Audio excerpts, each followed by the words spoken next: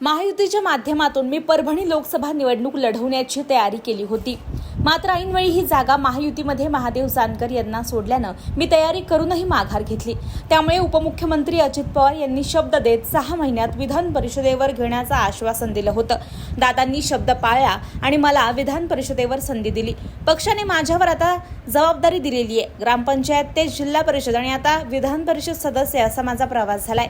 येणाऱ्या काळात जिल्ह्यासह पाथरी विधानसभा मतदारसंघाचा विकास करण्याचा माझा संकल्प आहे. आगामी काळात महायुतीचे आमदार निवडून आणायचे, त्यासाठी प्रामाणिक प्रयत्न करणार असल्याची प्रतिक्रिया आमदार राजेश विटेकर यांनी देशोन्नतीशी बोलताना दिलेली आहे. पाहूया. 1 एप्रिलला लोकसभेचं नामनिर्देशन दाखल करण्याच्या दिवशी त्यांनी ठरवलं होतं की येणाऱ्या 6 महिन्यामध्ये मी राजेश विटेकरला विधिमंडळाचा सदस्य बनवेल.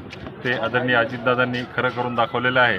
आणि काल 12 तारखेला आपण सर्वांनी पाहिलेलं आहे की महायुतीचे सर्व 9 उमेदवार निवडून आलेले आहेत आणि त्यामध्ये मला ती संधी विधानमंडळामध्ये काम करण्याची अजितदादांच्या माध्यमातून व महायुतीचे आमचे सर्व नेते आदरणीय मुख्यमंत्री एकनाथजी शिंदे साहेब आहेत, आदरणीय देवेंद्रजी फडणवीस साहेब आहेत, आदरणीय दादा, आदरणीय तटकरे साहेब, प्रफुल्लभाई, धनंजय मुंडे, आमचे सर्व विधानसभेचे राष्ट्रवादी काँग्रेस पक्षाचे आमदार यांच्या सर्वांमुळे ही संधी मला मिळालेली आहे. आणि निश्चित येणाऱ्या काळामध्ये या संधीच्या माध्यमातून या परभणी जिल्ह्याच्या सर्वांगीण विकासासाठी मी प्राधान्याने त्या ठिकाणी काम करणार आहे. स्थानिक स्वराज्य संस्थेच्या अगोदर येणाऱ्या काळामध्ये 2 महिन्यामध्ये विधानसभेच्या निवडणुका आहेत. महायुती विधानसभेच्या निवडणुका पूर्ण ताकदीनं एका दिलाला लढणार आहे आणि या जिल्ह्यामध्ये सर्वच्या सर्व सीट महायुतीच्या माध्यमातून त्या ठिकाणी निवडून येतील अशी मी तुम्हाला त्या ठिकाणी जिल्ह्याच्या विकासाचे अनेक प्रश्न त्या ठिकाणी प्रलंबित आहेत.